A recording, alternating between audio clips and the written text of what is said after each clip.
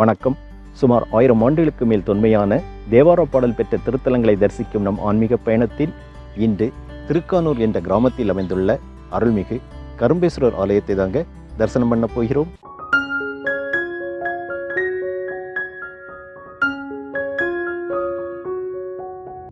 தஞ்சாவூர் பழைய பேருந்து நிலையத்திலிருந்து சுமார் 30 கிலோமீட்டர் தொலைவில் திருக்கானூர் என்ற கிராமத்தில் ஆள் அரவமில்லாத மரங்கள் சூழ்ந்து காணப்படும் ஒதுக்குப்புறமான ஓர் இடத்தில் காவிரியின் கலைநதியான கொள்ளிடம் கரையில் அமைந்துள்ளது இத்திருக்கோவில்.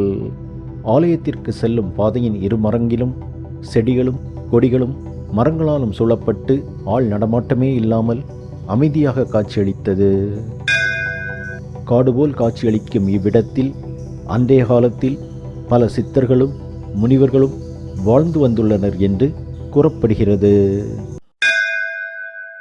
தென்னாடுடைய சிவனே போற்றி, என் நாட்டவர்க்கும் இறைவா போற்றி, ஈசனடி போற்றி, எந்தையடி போற்றி, தேசனடி போற்றி, சிவன் தேவடி போற்றி.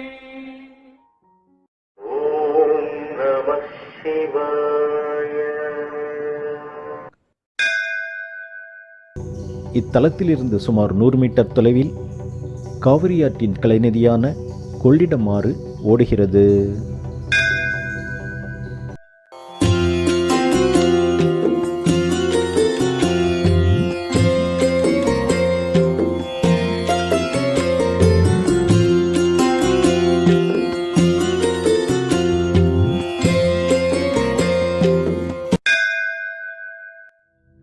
சுமார் 100 வருடங்களுக்கு முன்பு இத்திருக்கோவில் முற்றிலும் மணலால் சூழப்பட்டு இருந்ததாகவும் அப்படி மூடப்பட்டிருந்த மணற்குன்றின் மீது கரும்பு செடிகள் வளர்ந்திருப்பதைக் கண்ட சுப்பிரமணியர் என்ற பக்தர் மணலை தோண்டிய பொழுது இவ்வாலயம் கண்டுபிடிக்கப்பட்டதாகவும் கூறப்படுகிறது. மேலும் இந்த ஆலயத்தில் இறைவன் கரும்பீஸ்வரர் என்ற திருநாமத்துடன் பக்தர்களுக்கு அருள்பாலிப்பதும் சிறப்பு. இவ்வாலயம் சாதாரண நாட்களில் காலை மற்றும் மாலை வேளைகளில் சிறிது நேரமே திறந்திருக்கும். நாங்கள் ஆலய தரிசனத்திற்கு சென்றிருந்த பொழுது ஆலயம் மூடப்பட்டு இருந்தது. இவ்வாலயத்தின் குருக்களை ஃபோன் மூலம் தொடர்பு கொண்டு அவர் வந்து ஆலயத்தை திறந்து இறைவன் தரிசனம் கண்டோம். கோபுர தரிசனம் கண்டு கோவிலுக்குள் சென்றால் வலதுபுறத்தில் அம்மன் சன்னதி, அதனை அடுத்து நந்தி மண்டபம் மற்றும் கோவில் கருவறை மண்டபம் காணப்படுகிறது. கிராமத்தில் ஒதுக்குப்புறமாக அமைந்திருந்தாலும் இறைவன் அருளாலும் பக்தர்களின் அருள்கொடையாலும் இத்திருக்கோவிலில் திருப்பணி நடந்து தற்பொழுது கோவில் புதுப்பொலிவுடன் காட்சியளிக்கின்றது.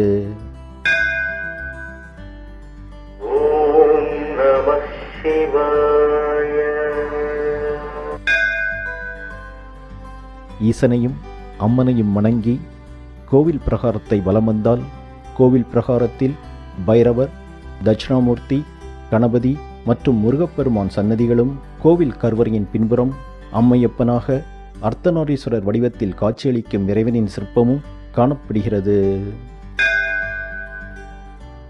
இத்தலத்தின் தலவரலாற்றின்படி அம்பிகை சிவனை நோக்கி இங்கு தவம் இருந்ததாகவும் சிவபெருமான் அக்னி சுரூபமாக அம்பிகைக்கு காட்சி கொடுத்து தன்னுள் ஐக்கியமாக்கி கொண்டதாகவும் வரலாறு. இத்தலத்தில் அருள்பாலிக்கும் இறைவனையும் அம்மனையும் ஆத்மார்த்தமாகவும் நம்பிக்கையுடனும் வழிபட குடும்பத்தில் ஒற்றுமை நிலவும் என்றும் உடல் மற்றும் மன சம்பந்தமான நோய்கள் அகன்று சிறப்பான வாழ்க்கை அமையும் என்று இத்தலத்தின் சிறப்பாக கூறப்படுகிறது. அன்றைய காலத்தில் கரிகால சோழனின் தாயார் எதிரிகளிடமிருந்து தப்பித்து இவ்வூரில் மறைந்து வாழ்ந்ததாகவும் ஒருமுறை சோழ நாட்டில் மன்னன் இல்லாத காரணத்தினால் பட்டத்து யானையிடம் மாலையை கொடுத்து மன்னனை தேர்ந்தெடுக்கும் பொழுது பட்டத்து யானையானது இவ்வூரில் வாழ்ந்து வந்த இளைஞனான கரிகாலன் கழுத்தில் மாலையிட்டதாகவும் அதன் மூலம் கரிகாலன் உறையூருக்கு மன்னனாக முடிசூட்டப்பட்டதாகவும் செவிவழி செய்திகள் தெரிவிக்கின்றது.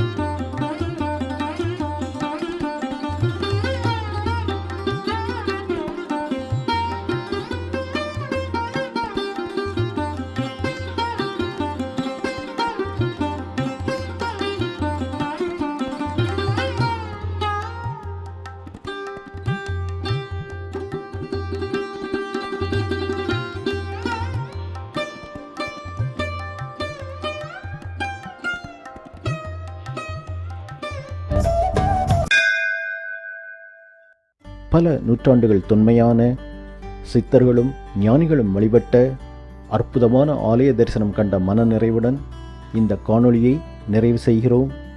மீண்டும் ஒரு ஆலய தரிசனத்தில் சந்திப்போம். நன்றி, வணக்கம்.